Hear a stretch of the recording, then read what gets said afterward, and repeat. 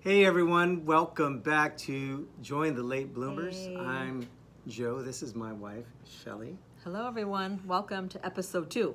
This is our second episode. Yep, And we are the Late Bloomers. that's for sure. Yes, we are figuring things out later in life, especially our new business venture. Well, it's not new. We've been doing this. We've been in the flower business for... And I tried to turn off. Could you guys hear the phone ringing? We tried to turn it off. That's one thing we're late about is learning how to use the phone. Anyway, go ahead. Yeah. I totally forgot what I was saying. It threw me off. We are talking about, today we're going to kind of go through our experiences in other jobs that have led us up to this point that we felt had been beneficial, that have played a huge role in getting us to where we are now. Yes. That's the whole point of this episode, is not disdaining the past, but using your past experiences to help you do what you do Yes. and help you excel in your business. And so, what about, here we are, we're in a flower shop. We've been in this flower shop for now almost 4 years. Almost 4 years, yep. 4 years in May. Yes, and so what were some of your past, I'm going to assume, employment experiences? Are you talking to me? As an No, employee, or yours? we were both employees all the way up until leading to the flower shop. Right? Yep. Yep.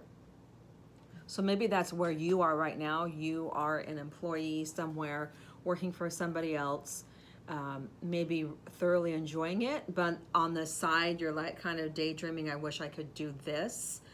You have a passion to do something that's maybe creative. Maybe not, but maybe it's something creative and you're afraid to take that leap. Well, we'll talk about that too at some point, but we're here just to give you hope that you can do it. Okay, go. Sorry. You honey. can do it. And so, being in the flower shop, we deal with people. We do take online orders, we do take phone orders, but the majority of our interactions are with people Yes, that's face to correct. face, whether we're delivering flowers or taking orders or talking to I have my notes here, sorry. brides, talking to engaged couples, talking to corporate planners. And so what do you And want to say so- about that? Well, my experience, I've always worked with people, even as my first job was Burger King. I was in the make line in the back, I was in Oh, the kitchen boy. in the back.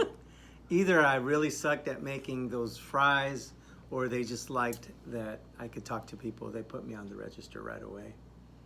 Talk about pressure, because it didn't tell you what the change was. Oh You- no, you I had to can't. count- I can't even you count had to change count back it up. today. So It was No, it that's was the hard. machines that made the noise, chicking. it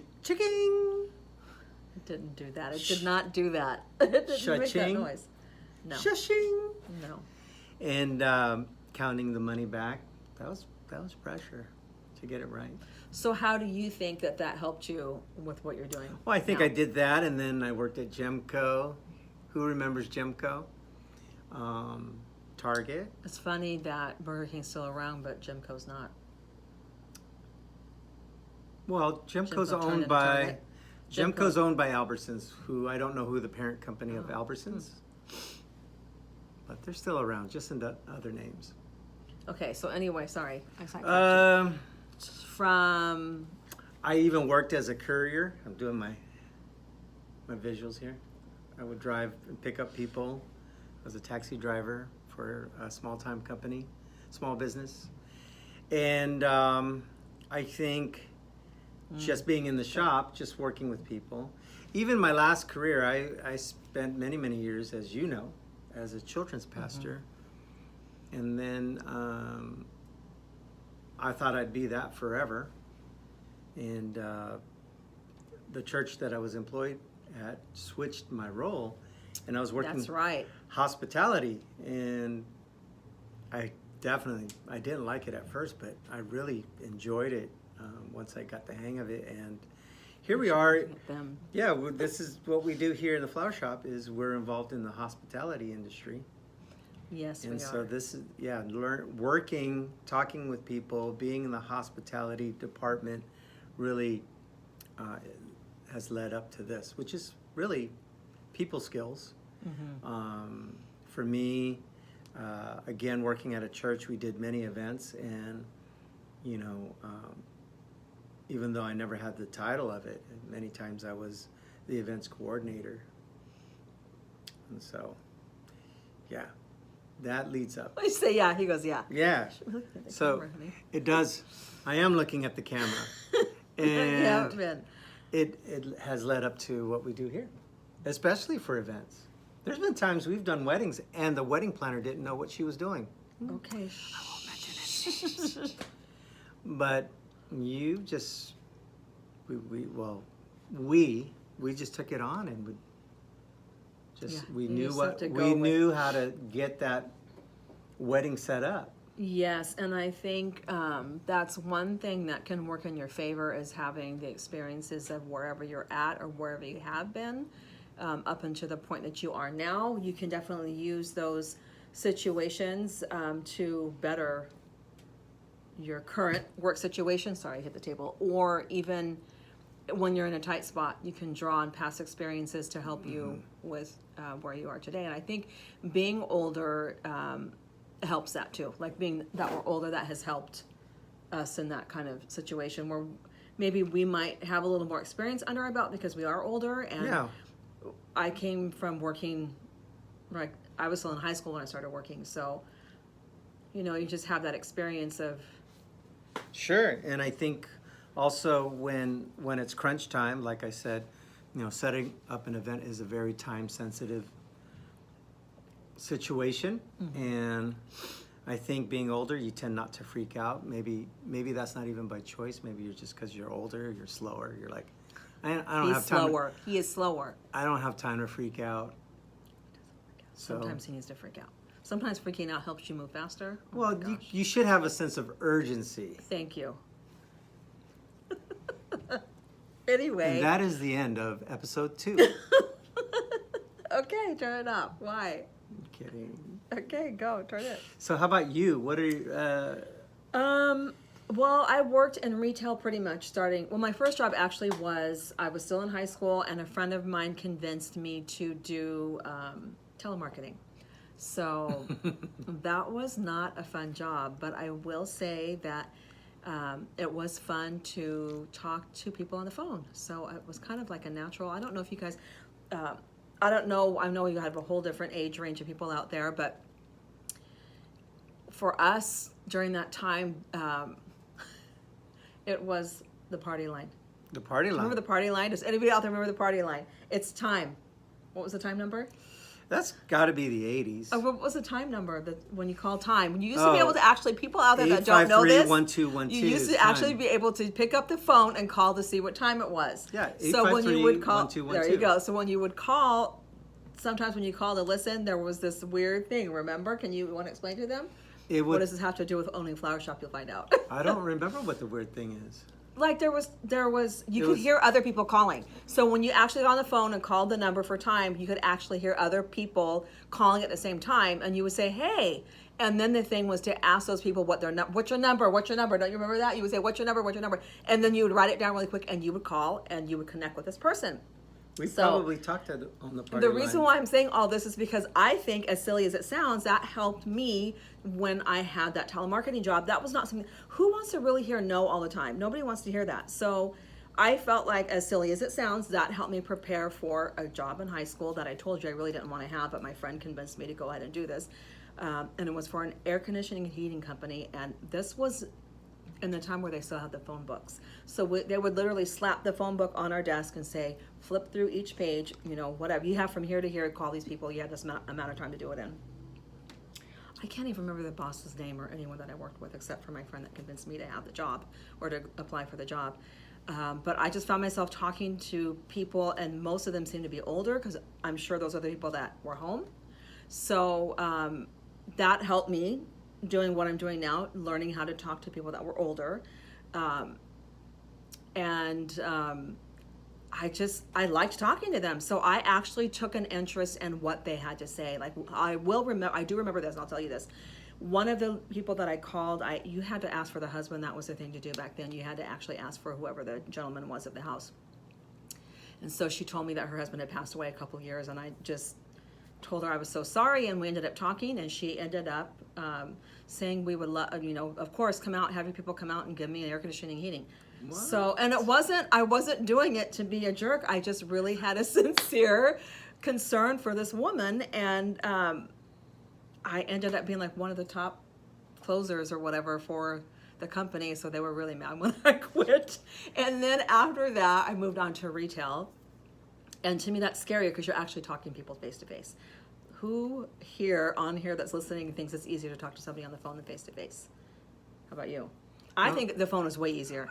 I think talking to someone face to face, it's harder to say no or to kind of have that confrontation. So it's easier doing that on the phone. Anyway, so I worked retail for about, I want to say 15 years. And so I did enjoy it, interacting with people. The people that you work with end up becoming like family. So especially when you work 40 hours in retail, you're on your feet a lot, and just talking to, having to deal with customers. So a lot of what I ended up doing brought me into a management position, and then really having to deal with that confrontation, like I said. So I will share a story about that, unless we don't have time, about actually having to tell a customer no when they were returning something. They were returning a pair of shoes, and their shoes were they had a receipt, so you don't have a receipt, you can't return. Those shoes look used like this? There were kids' shoes, and they were worse than that. The soles were just totally torn apart, and they were old. It wasn't just like, they fell apart after 2 months. They were like a couple years old. So anyway, I'm telling you all of that to tell you that those experiences that you are either going through now or you have already been through, I feel like will lead you up to the point that you need to be at. And again, I think I said it earlier, but draw on those experiences and use them to strengthen and help you in what you're doing now, or what you want to do, what you want to accomplish. Because who would have thought that experiencing all of that would help me have a flower shop, the day to day, and then like you mentioned, also having a clientele that consists of sometimes just brides, and having to talk to brides and their moms. And yeah, just that it just helps. And having the ability to talk to people face to face, for the young crowd out there that is behind the camera all the time or behind a computer, you need to force yourself to actually sit down and talk to people face to face. I think that's a lost art, and we need to somehow reconnect with people and see them face to face. There's something about that. And I think having a genuine concern or just for people is important. Gotta like people. No, for real. I think that's important. I think going back to the story about the telemarketing job, I really was genuinely concerned for that woman. Hers was the one that stood out to me. I'm sure there were a ton of other people I talked to. But just having that genuine concern for people, or at least wanting to find out more about them, I think that helps you maintain, a level of humility, which I think we all need, and then just being able to connect. That's it for now, because I know I talked. It's not it for now, because when I met you, when we started dating, you were a negotiator. Yes, I was. I did that too. Another phone job. Wouldn't you know? On a personal level, I realized I would never ever win an argument. Come on, that's not true. With a negotiator, but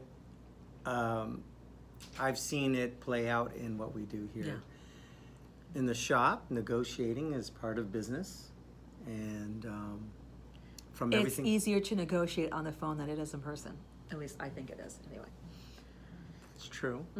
It's the whole not having to confront in person. It's just easier to do that on the phone, I think. So, but that's just a matter of opinion. So, I think, kind of putting this, let's wrap this up. Okay.